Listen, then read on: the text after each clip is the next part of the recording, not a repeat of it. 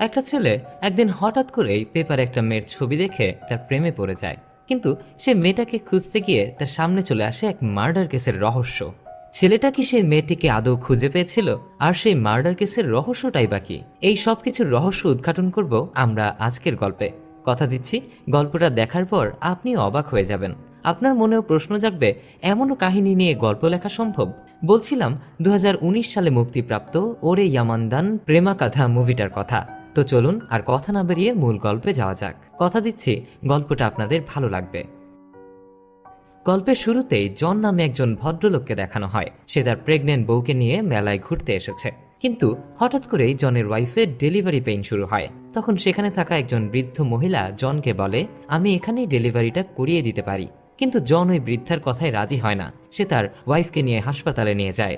হাসপাতালে ভর্তি করে জন বাইরে অপেক্ষা করতে থাকে। তখন একজন নার্স এসে জনকে বলে, আমরা দুঃখিত, আপনার সন্তানকে আমরা বাঁচাতে পারলাম না।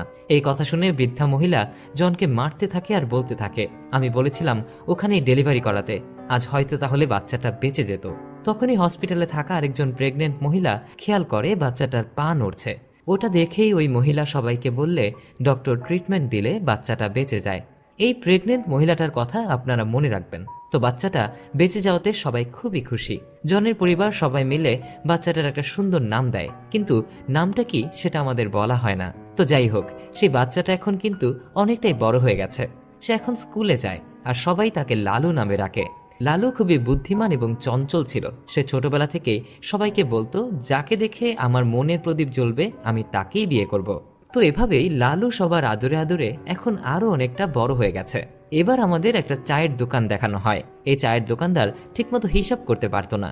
তাই একজন কাস্টমার যখন চা খেয়ে তার কাছে জিজ্ঞেস করে কত টাকা বিল হলো, তখন সে বলে, এসবের কি আছে, আপনার যেটা সুবিধা হয় আপনি সেটাই দিন। তো আপনারাই বুঝে নিন এই লোকটা কতটা হিসাব পারে। এবার আমাদের লালুর ছোট ভাই পাপ্পিকে দেখানো হয়। সে ব্যাঙ্গালোরে একটা চাকরি পেয়েছে, তাই গ্রামবাসীর সবাই মিলে তাকে বিদায় জানানোর জন্য আজ সেখানে সমবেত হয়েছে। আর এখানকার গ্রামবাসীরা সবাই বোটে করে এই নদীটা পার হয়। কিন্তু অনেকক্ষণ অপেক্ষা করার পরেও কোনো বোট আসে না। তখন গ্রামবাসীরা ভাবে হয়তো এই চারজন মিলে বোট আটকে রেখেছে। তাই গ্রামবাসীরা পুলিশকে বলে, আমরা ওই চারজনকে সন্দেহ করছি, আমরা আপনার ফোনে ওদের ছবি পাঠাচ্ছি, আপনি দেখে নিন। আপনাদের হয়তো এখন মনে প্রশ্ন জাগছে, এই চারজন আবার কারা? তো চলুন এই চারজনের সঙ্গে পরিচিত হওয়া যাক। এই ছেলেটার নাম ভিকি। সে তার মোবাইলে বসে একটা ছবি দেখছিল। তখনই তার সামনে কিছু গুন্ডারা মিলে একটা মেয়েকে জ্বালাতন করছিল। এটা দেখে ভিকি হিরোগিরি দেখানোর জন্য তাদের সঙ্গে লড়তে যায়। কিন্তু সেখানে গিয়ে জানতে পারে ওই মেয়েটা ওই ছেলেগুলোর সঙ্গে নিজের ইচ্ছাতে এসেছে। এটা শুনে ভিকি তো শকড হয়ে যায়। এদের দ্বিতীয় জনের নাম মূর্তু। সে একজন রং মিস্ত্রি, কিন্তু 1 নম্বরের নেশাখোর। মূর্তুর মেয়ে তার বাবার নেশা করার কথা ফাদারকে জানিয়েছিল। তাই ফাদার এসে একটা মদের বোতল নিয়ে বেসিনে ঢেলে দেয়। কিন্তু মূর্তু আগে থেকেই সেই বেসিনের পাইপটা একটা বোতল অ্যাটাচ করে রেখেছিল। তৃতীয় জন হচ্ছে কেনি। আজ রাস্তায় তার একটা সুন্দরী মেয়ের সঙ্গে ধাক্কা লাগে, আর সঙ্গে সঙ্গে মেয়েটা কেনির উপর রেগে যায়। কিন্তু একটু পর এই মেয়েটা বুঝতে পারে যে কেনি অন্ধ। এদিকে মেয়েটাকে গিয়ে কেনি সরি বলে। মেয়েটা এতে কিছুটা অনুতপ্ত হলে কেনি মেয়েটাকে বলে, আপনি আমাকে একটা জায়গায় একটু পৌঁছে দিতে পারবেন? তো মেয়েটা আর কি করবে, তার কথা মতো কেনিকে তার জায়গায় পৌঁছে দিতে যায়। আসলে কেনি মেয়েটাকে একটা বাড়ির সামনে পৌঁছে দিতে বলেছিল। সেখানে মেয়েটি বুঝতে পেরে কেনির উপর রেগে যায়। আর চতুর্থ জন হচ্ছে লালু। সে এমনভাবে স্টেডিয়ামে প্রবেশ করে যেন তাকে দেখে মনে হয় সে হয়তো স্টেডিয়ামে খেলতে এসেছে, কিন্তু না, সে এখানে আজ পেইন্টিং করার জন্য এসেছে। আর ওরা চারজন খুবই ভালো বন্ধু। আজ তারা মদ খাওয়ার জন্য সেই বোটটাকে কিছুটা দূরে নিয়ে এসেছে। কিছুক্ষণ পর ওরা বোটটা নিয়ে আসে, আর ওদের দেখে তো সবাই রেগে আগুন। লালু তখন ওদেরকে বুঝিয়ে শুনিয়ে শান্ত করে। লালুর ছোট ভাই তখন লালুকে বলে, মা বাবা আমাকে সুন্দর সুন্দর গিফট দিয়েছে, তুই আমার জন্য কিছু আনিসনি? এরপরই দেখা যায় ভিকি ভিডিও কলে তার গার্লফ্রেন্ডের সঙ্গে কথা বলছিল। কিন্তু মূর্ত তখন তার ভাইয়ের হাতে একটা হুইসেল ধরিয়ে দেয় আর বলে, এটাই তোর গিফট। এদিকে লালু খুব সুন্দর করে তার পেন্টিং কমপ্লিট করেছিল, এজন্য মূর্ত সেখানে গিয়ে তাকে সাবাস দেয়। অপরদিকে কেনি আর তার বাবা গান গাচ্ছিল। আসলে কেনি আর তার বাবা দুজনেই অন্ধ ছিল, তাই তারা রাস্তাঘাটে গান গেয়ে বেড়াতো। এখানে কেনি এত বাজে গাইছিল যে তার গান শুনে সবাই নিজেদের কান বাঁচানোর জন্য হাত দিয়ে কান ধরে রাখে। পুলিশ অফিসার তখন কেনিকে বলে, তুই যদি মুখ দিয়ে আর একটা শব্দ বের করেছিস না তাহলে তোর খবর আছে। এই কথা বলে ইন্সপেক্টর একটু সামনে যেতেই কেনি আবারও তার গান শুরু করে। তাই ইন্সপেক্টর তার কান বাঁচানোর জন্য সেখান থেকে পালিয়ে যায়। অপরদিকে লালু একটা বালতি নিয়ে কেনিদের জন্য সবার কাছে টাকা আদায় করে। লালু সম্পর্কে আপনাদের একটু বলি। লালু কিন্তু খুব বড়লোক ফ্যামিলির ছেলে। তার বাবা একজন অনেক বড় লয়ার, কিন্তু সে তার বন্ধুদের সঙ্গে থাকতেই বেশি পছন্দ করে। একদিন তার বাবা যখন অফিস থেকে ফিরছিল তখনই সে দেখতে পায় লালু রাস্তার পাশে বসে খাবার খাচ্ছে। তাই সে বাড়িতে এসে লালুকে বকাবকি করলে লালু তার বাবাকে বলে, ওরকম টেস্টি খাবার তুমি আর কোথাও পাবে না। এরপর লালু কেনিদের বাড়িতে যায় আর সেখানে গিয়ে দেখে একটু মাছের ঝোল আছে, তাই দিয়ে সে খাওয়া শুরু করে। এরপর সে কেনির মাকে বলে, আন্টি মাছের ঝোলটা খুব মজা হয়েছে। কিন্তু কেনির মা শুনে বলে, আরে ওটা তো আমি কুকুরের জন্য রেখেছিলাম। তাহলে বুঝুন লালু কতটা সাদামাটা জীবনযাপন করতে পছন্দ করে। তখনই সেখানে কেনির বাবা তার সারাদিনের উপার্জন করা টাকাগুলো গুনছিল, আর টাকা গোনা শেষে সে মন খারাপ করে বলে, আজকে তেমন একটা ইনকাম হয়নি। এই কথা শুনেই লালু তার পকেট থেকে 500 টাকার একটা নোট বের করে সেখানে রেখে বলে, আঙ্কেল আপনি হয়তো এটা খেয়াল করেননি। আর 500 টাকার নোট পেয়ে কেনির বাবা তো মহা খুশি। আসলে লালুর মনটাই ছিল খুবই ভালো। এরপর তারা 3 বন্ধু লালু, কেনি আর মূর্তি মিলে ভিকিদের বাড়িতে যায়, কারণ আজ ভিকির জন্মদিন ছিল। সেখানে গিয়ে তারা ভিকির মুখে পার্টি স্প্রে করে দিতে গিয়ে ভুল করে তার বাবা মায়ের মুখেও স্প্রে করে দেয়। কিন্তু সেখানে ঘটে আবার আরেক ঘটনা। ভিকি বলে, ভাই আজ আমার জন্মদিন ছিল না, ওটা আমি এমনি ফেসবুকে দিয়ে রেখেছি। তাই ভিকির মা রেগে গিয়ে তাদের দিয়ে ঘর পরিষ্কার করায়। এরপর দেখা যায় মুষলধারে বৃষ্টি হচ্ছে। তখন একজন মা আর তার ছেলে ওই বাস স্টপে দাঁড়িয়ে ভিজে যাচ্ছে। তখন ডেভিস নামে এক গুন্ডো তার গ্যাংয়ের সাথে গাড়ি নিয়ে সেখানে এসে দাঁড়ায়, আর গাড়ি থেকে কিছু ছেলে নেমে ওই ভিজে যাওয়া ছেলেটাকে বলে, কিরে এখন কি ওই আন্টির সঙ্গেও শুরু করেছিস নাকি? তখন ওই ছেলেটার মা বলে, বাবা তোমরা সব কি বলছো, ও আমার ছেলে। কিন্তু এই ছেলেগুলো কোনো কথা শোনে না। তাই মহিলা বাধ্য হয়ে ডেভিসের কাছ থেকে এসে বলে, আমি তোমার মায়ের মতো, দয়া করে তোমার বন্ধুদের আমার সঙ্গে এরকম করতে নিষেধ করো। ডেভিস মা শব্দটা শুনে কেমন যেন হয়ে গিয়ে ওই মহিলাটার গায়ে হাত তুলে। আর এই ছেলেগুলো মা আর ছেলের ছবি তুলে অনলাইনে পোস্ট করে ক্যাপশনে লেখে, এই বৃষ্টির দিনে এরা দুজন লুকিয়ে লুকিয়ে প্রেম করছে। আর এই পোস্টটা দেখার পর সবাই ওই মা আর ছেলেকে খারাপ ভাবতে শুরু করে। এদিকে লালুর ছোট ভাই পাপ্পির বিয়ের সম্বন্ধ এসেছে, কিন্তু পাত্রীপক্ষ লালুর বাবাকে বলে, আপনার বড় ছেলেকে বিয়ে না দিয়ে ছোট ছেলেকে বিয়ে দিচ্ছেন কেন? আপনার তো উচিত আগে বড় ছেলেকে বিয়ে দেওয়া। এই কথা শুনে লালুর বাবা লালুকে বিয়ের জন্য বোঝাতে থাকে, কিন্তু কে শুনে কার কথা? লালুর সেই পুরনো ডায়লগ, যাকে দেখে আমার মনে ঘন্টা বাজবে আমি শুধু তাকেই বিয়ে করব। এদিকে সোশ্যাল মিডিয়ায় আপলোড হওয়া সেই ছবিটার ব্যাপারে সবাই সত্য জেনে গিয়েছিল যে এরা মা ছেলে, কিন্তু দুঃখের বিষয় ওই মা ছেলে মার্ডার হয়ে গিয়েছে। কেউ বুঝতেই পারে না এদের আবার কে মার্ডার করলো। এদিকে লালু যখন তার বন্ধুদের নিয়ে বোটে উঠতে যাবে তখনই সেখানে একটা গাড়ি চলে আসে, আর এই গাড়িটা ছিল জেসি নামের একটা মেয়ের। সে কিছুদিন ধরেই লালুকে প্রপোজ করার চেষ্টা করছিল, কিন্তু লালু তাকে পাত্তাই দিচ্ছিল না। অপরদিকে সে গুন্ডা ডেভিস একটা জলের ট্রাকে মেরে দেয়। এজন্য ট্রাক থেকে জলের বোতল নিচে পড়ে গেলে সেই ড্রাইভার ডেভিসকে অনেক কথা শোনাতে থাকে। তাই ডেভিস রেগে গিয়ে জলের বোতলগুলো ছিদ্র করে দেয়। ড্রাইভার তাকে আটকাতে গেলে ডেভিসের লোকজন ড্রাইভারকে বাধা দেয়, আর এ কারণেই সেখানে ট্রাফিক জ্যাম লেগে যায়। লালু আর তার বন্ধুরাও এই জ্যামে আটকা পড়েছিল।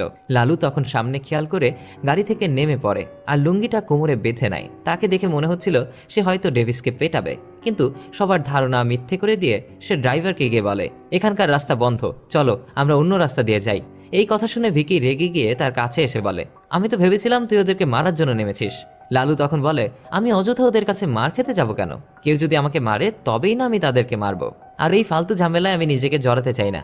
তারা যখন ফিরছিল তখন লালুর বাবা ভিকিকে ফোন দিয়ে তাদের 3 বন্ধুকে রাতে লালুদের বাসায় ডিনার করতে বলে। এদিকে লালু বাড়ি ফেরার সময় একটা গাছে অনেক টসটসে জাম দেখে জাম গাছে উঠে যায় জাম খাওয়ার জন্য, কিন্তু নিচে যে একটা সাদা রঙের গাড়ি ছিল তা সে খেয়ালই করে না। তাই জাম পাড়ার সময় যে জামগুলো গাড়ির উপর পড়ে তাতেই গাড়ির অবস্থা খারাপ হয়ে যায়। তো যাই হোক, লালুর বাবার কথা মতো তারা 3 বন্ধু আসে লালুদের বাড়ি ডিনার করতে।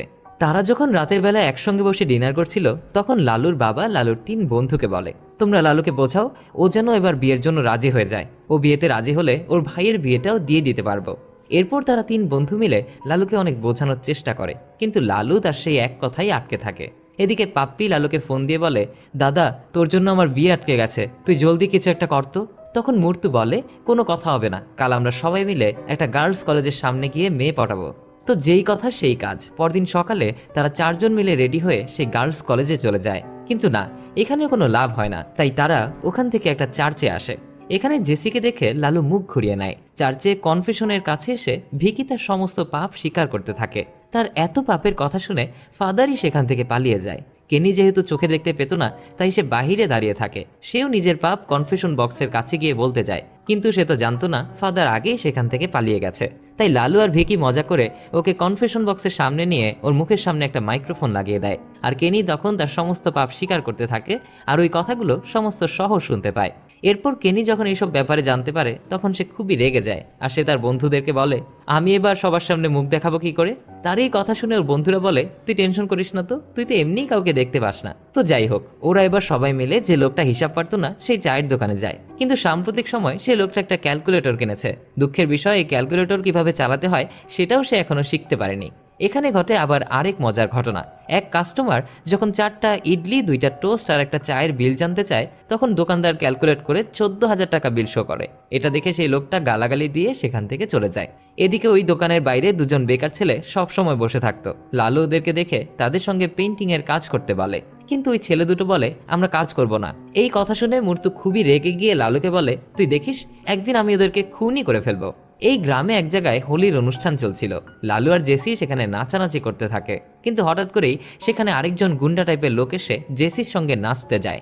জেসি তখনই ওই লোকটাকে একটা থাপ্পড় মারে। লোকটা যখন জেসির উপর পাল্টা হাত তুলতে যাবে তখনই লালু এসে ওই লোকটাকে আটকায়। তারপর লালু ওই লোকটাকে খুব মারধর করে ওখান থেকে চলে যায়। ওই দিন রাতের বেলা কেনি আর মূর্তি আলোচনা করে লালু হয়তো এই জীবনে তার স্বপ্নের মেয়েকে আর খুঁজে পাবে না। কিন্তু পরদিন সকালবেলা ভিকি ওদেরকে ফোন দিয়ে বলে লালু তার স্বপ্নের মেয়েকে খুঁজে পেয়েছে।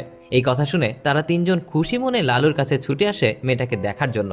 তারা লালুর কাছে মেয়েটার ব্যাপারে জিজ্ঞেস করলে সে নিউজ পেপারে অ্যাডভার্টাইজমেন্ট দেওয়া একটা মেয়ের ছবি দেখায়।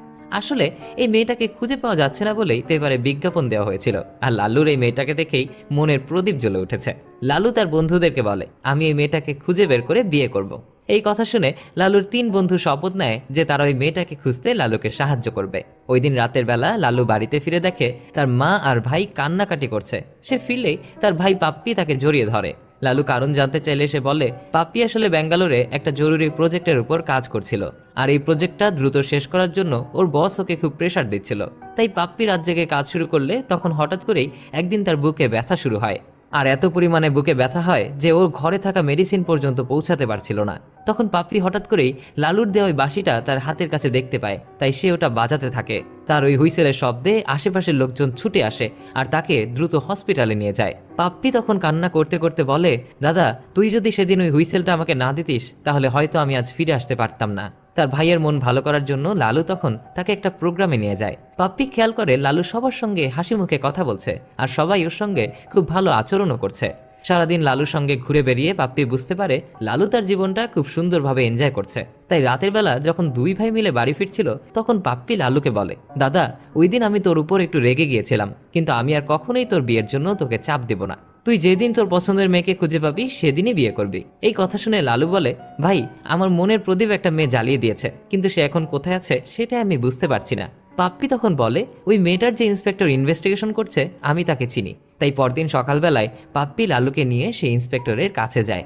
মেয়েটার নাম ছিল পিয়া। লালু যখন পিয়ার ব্যাপারে ইন্সপেক্টরের কাছে জিজ্ঞেস করে তখন ইন্সপেক্টর বলে 4 দিন আগে থেকেই পিয়া নিখোঁজ।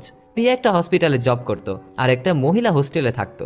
আমি ওর রুমমেট মীরার সঙ্গে কথা বলেছি, কিন্তু সেও জানে না পিয়া কোথায় গেছে। লালু তখন ওই ইন্সপেক্টরের কাছ থেকে পিয়ার নাম্বারটা নেয় আর এখান থেকে ফিরে লালু তার বন্ধুদের সঙ্গে ওই হোস্টেলে ঢোকার প্ল্যান করে। তখন ভিকি আর মূর্তু বলে, মেয়েদের হোস্টেলে ঢোকা কিন্তু একদম ঠিক হবে না, কিন্তু কেনি লালুকে সাপোর্ট করে। তাই তারা দুজন মিলে সেই হোস্টেলে যায়। লালু কেনিকে একটা গাছতলায় দাঁড় করিয়ে রেখে নিজে হোস্টেলের মধ্যে ঢুকে যায়। তখন দুজন মেয়ে আসতে দেখে সে একটু স্টোর রুমের মধ্যে ঢুকে পড়ে। মেয়ে দুটো রুমের দরজা খোলা দেখে সেটা আটকে দেয় আর লালু বেচারা স্টোর রুমের মধ্যে ফেসে যায়। তাই সে ওখান থেকে বের হতে না পেরে কেনিকে ফোন দিয়ে উপরে ওঠার রাস্তা বলতে থাকে। কেনি তখন বলে, আমি তো এখন গাছতলায় নেই, আমি অন্য জায়গায় চলে এসেছি। এই কথা শুনে লালু কেনের উপর খেপে গিয়ে বলে, আরে তোকে অন্য জায়গায় কে যেতে বলেছে? লালু আর কোনো উপায় না পেয়ে তার অন্য 2 বন্ধুর কাছে ফোন দেয়, কিন্তু তারা আসার আগেই কেনি সেখানে এসে স্টোর রুমের দরজাটা খুলে দেয়। এবার তারা দুজন মিলে মীরার রুম খুঁজতে থাকে, কিন্তু দুর্ভাগ্যবশত মীরার রুমে তালা দেওয়া ছিল। কিন্তু ততক্ষণে মীরা ওখানে চলে এসেছে। পরদিন লালু আর মীরা একটা রেস্টুরেন্টে দেখা করে। লালু মীরার কাছে পিয়ার ব্যাপারে জানতে চায় যে সে লাস্ট পিয়াকে কবে দেখেছিল। তখন ফ্ল্যাশব্যাকে দেখানো হয় পিয়া হসপিটালে একটা বাচ্চা মেয়েকে দেখে যখন চলে যাচ্ছিল তখন হঠাৎ করে মেয়েটা পিয়ার হাত চেপে ধরে আর বলে, আন্টি তুমি আমার জন্য প্রে করবে তো? পিয়া তখন বলে, অবশ্যই বেটা।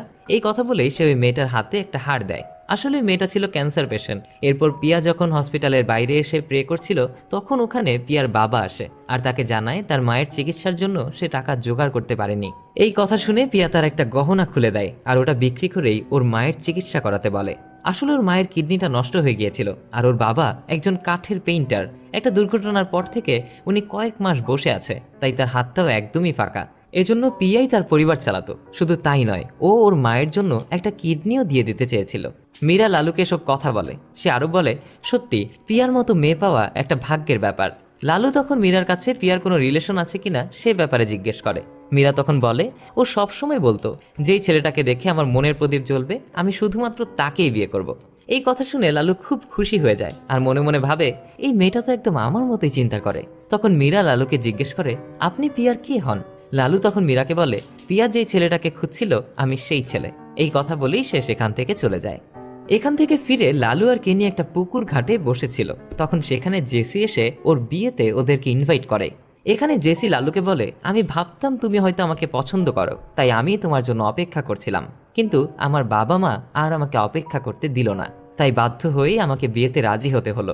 লালু তখন ওকে কংগ্রেচুলেশনও জানায়। তো যাই হোক, লালু তার বন্ধুদের সঙ্গে একটা চায়ের দোকানে এসে বলে, পিয়াকে কোথায় খোঁজা যায় বলতো? তখনই লালু আরও একবার পেপারে পিয়ার ছবি দেখতে পায়। তখন ওই চায়ের দোকানে যে দুজন ছেলে বেকার বসে থাকতো, ওরা ওই ছবিটা দেখে বলে, আমরা হয়তো এই মেয়েটাকে কোথাও দেখেছি। তখনই ফ্ল্যাশব্যাকে দেখানো হয় ওরা দুজন একদিন সিনেমা দেখে ফিরছিল। তখনই ওদের সামনে গাড়িতে একটা মেয়ের অ্যাক্সিডেন্ট হয়। তখনই সেখানে আরেকটা গাড়ি চলে আসে, তাই ওরা দুজন মেয়েটাকে সাহায্য করার জন্য সেই গাড়িতে উঠে হাসপাতালে পাঠিয়ে দেয়। এই কথা শুনে লালু আর তার বন্ধুরা আশেপাশের সব হসপিটাল খুঁজতে যায়, কিন্তু ওরা প্রিয়ার কোনো খোঁজই পাচ্ছিল না। তখন একটা হসপিটাল থেকে বলে যে প্রিয়া এখানে ভর্তি আছে। এই কথা শুনে লালু প্রচণ্ড খুশি হয়ে প্রিয়াকে দেখার জন্য দৌড়ে যায়, কিন্তু সেখানে গিয়ে দেখে ওখানে প্রিয়া নামে আরেকজন মেয়ে এসেছিল। তাই তারা হতাশ হয়ে সেখান থেকে ফিরে আসে। এভাবেই কিছুদিন কেটে যায়। হঠাৎ করেই পাপ্পি লালুকে ফোন দিয়ে একটা জায়গায় আসতে বলে। লালু তার ছোট ভাইয়ের কথা মতো সেই জায়গায় গিয়ে দেখতে পায় একটা বাড়ির সামনে অনেকগুলো লোক ভিড় করে দাঁড়িয়ে আছে। আর সেখানে গিয়ে লালু পিয়ার নিথর দেহ পড়ে থাকতে দেখে। হ্যাঁ, আপনারা ঠিকই শুনেছেন, পিয়া মারা গেছে। লালু আর তার বন্ধুরা সেখানে গিয়ে যেন বাকরুদ্ধ হয়ে দাঁড়িয়ে থাকে। তখন পিয়ার বাবা প্রিয়ার মৃতদেহের কাছে এসে বলে, আমি তোমার সব গহনা নিয়ে গিয়েছিলাম, আমি আর কোনোদিন তোমার কোনো গহনা নিব না, নাও তোমার গহনাগুলো এবার পরে নাও। পিয়ার বাবার এমন কথা শুনে সেখানে প্রত্যেকটা মানুষের চোখে জল এসে যায়। এরপর লালুর বন্ধুরা লালুকে সান্ত্বনা দিতে থাকে, কিন্তু লালু তাদের কোনো কথা না শুনে কাঁদতে থাকে। তখনই সেখানে পিয়ার কেসের যে ইন্সপেক্টর ইনভেস্টিগেশন করছিল সেই ইন্সপেক্টর চলে আসে। উনি এসে লালুকে কাঁদতে দেখে বলে, আমি তোমার কষ্টটা বুঝতে পারছি। তখন লালু হঠাৎ করে ইন্সপেক্টরকে বলে, আমার মনে হচ্ছে আপনি খুনিকে চেনেন, তারপর আপনি তাদের অ্যারেস্ট করছেন না কেন? এই কথা শুনে ইন্সপেক্টর চমকে ওঠে। লালু আসলে খুব ভেঙে পড়ছিল। আর একটা কথা আপনাদের তো বলাই হয়নি, লালুর মাও কিন্তু একজন লয়ার ছিল। ছেলেকে এমন ভেঙে পড়তে দেখে লালুর মা তাকে বলে, পিয়াকে যদি অ্যাক্সিডেন্টের পর হসপিটালে অ্যাডমিট করা হতো তাহলে অবশ্যই কেস ফাইল করা হতো। যেহেতু কেস ফাইল করা হয়নি, তাই আমার মনে হচ্ছে এর মধ্যে কোনো গন্ডগোল আছে। মায়ের মুখে এমন কথা শুনে লালু সেই দুইজন ছেলের কাছে ছুটে যায় আর তাদের কাছে জিজ্ঞেস করে, তোমাদের কি গাড়ির নম্বর মনে আছে?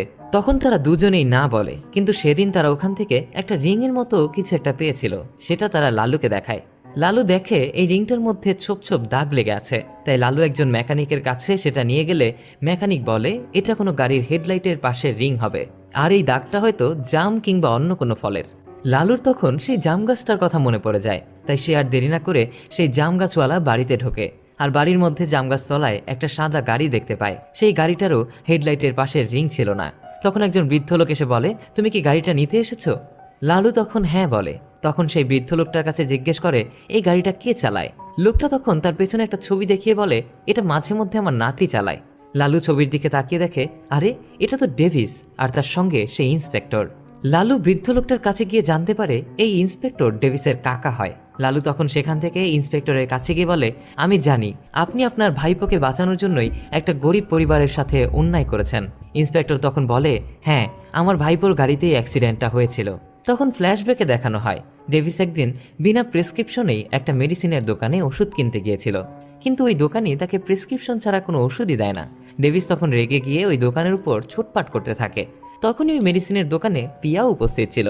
পিয়া তখন ডেভিসকে বলে, আগে প্রেসক্রিপশন নিয়ে আসো, তারপর ওষুধ নিয়ে যাও। তুমি তো এখানে নিজেই ভুল করছো, তারপরও একজন মায়ের বয়সী মহিলার সঙ্গে তুমি এমন খারাপ ব্যবহার করছো কেন?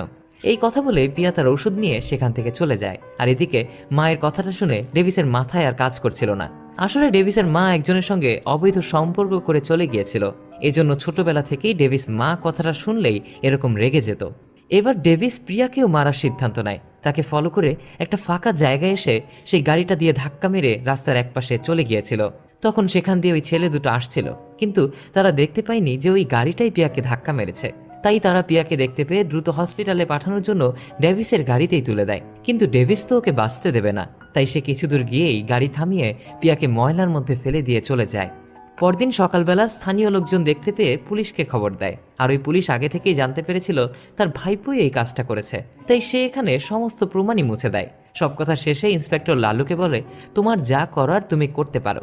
এই কথা শুনে লালু খুব রেগে গিয়ে ডেভিসকে মারার জন্য যায়, কিন্তু সেখানে আগে থেকেই অনেকগুলো গুন্ড ছিল। লালু সেদিকে খেয়াল না করে এক এক করে সবাইকে মারতে থাকে। এরপর সে ডেভিসকেও মারতে থাকে, কিন্তু ডেভিস এখানে লালু আর পিয়াকে নিয়ে নোংরা নোংরা কথা বলতে থাকে। ডেভিসের কথা শুনে লালু আরও রেগে যায়, তাই সে এখান থেকে একটা রেঞ্জ উঠিয়ে ডেভিসকে একের পর এক বাড়ি দিতে থাকে। এরপর দেখা যায় লালু তার বাবার সঙ্গে থানায় দাঁড়িয়ে আছে।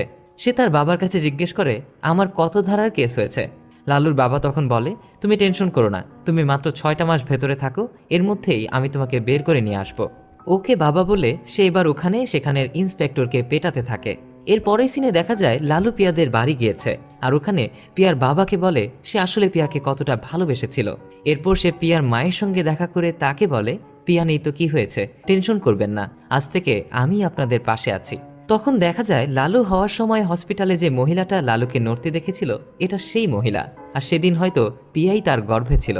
গল্পের শেষে দেখা যায় লালু একটা বিচে দাঁড়িয়ে আছে, আর সেখানে একটা বাচ্চা মেয়ে বল খেলার সময় তার বলটা লালুর দিকে চলে আসে। লালু যখন সেই বলটা নিয়ে মেয়েটাকে ফিরিয়ে দেয়, তখনই মেয়েটা লালুকে জিজ্ঞেস করে, আঙ্কেল তোমার নাম কি? লালু তখন মেয়েটাকে বলে, আমার নাম মোহনলাল। আর এই প্রথমবার আমরা লালুর আসল নামটা জানতে পারি। মেয়েটা তখন বলটা নিয়ে সেখান থেকে চলে যায়, আর তখনই সেখানে ওই মেয়েটার একটা হার পরে থাকতে দেখে। লালু তখন মীরার কাছ থেকে জানতে পারে এই হারটাই পিয়ার হার। আসলে ওই দিন হসপিটালে পিয়া যেই হারটা মেয়েটাকে দিয়েছিল এটা সেই হার। এটাই হয়তো লালুর কাছে পিয়ার প্রথম এবং শেষ স্মৃতি, তাই সে পরম যত্নে হারটা তার কাছে রেখে দেয়। আর এরই মধ্যে আমার গল্পটা এখানেই শেষ হয়ে যায়।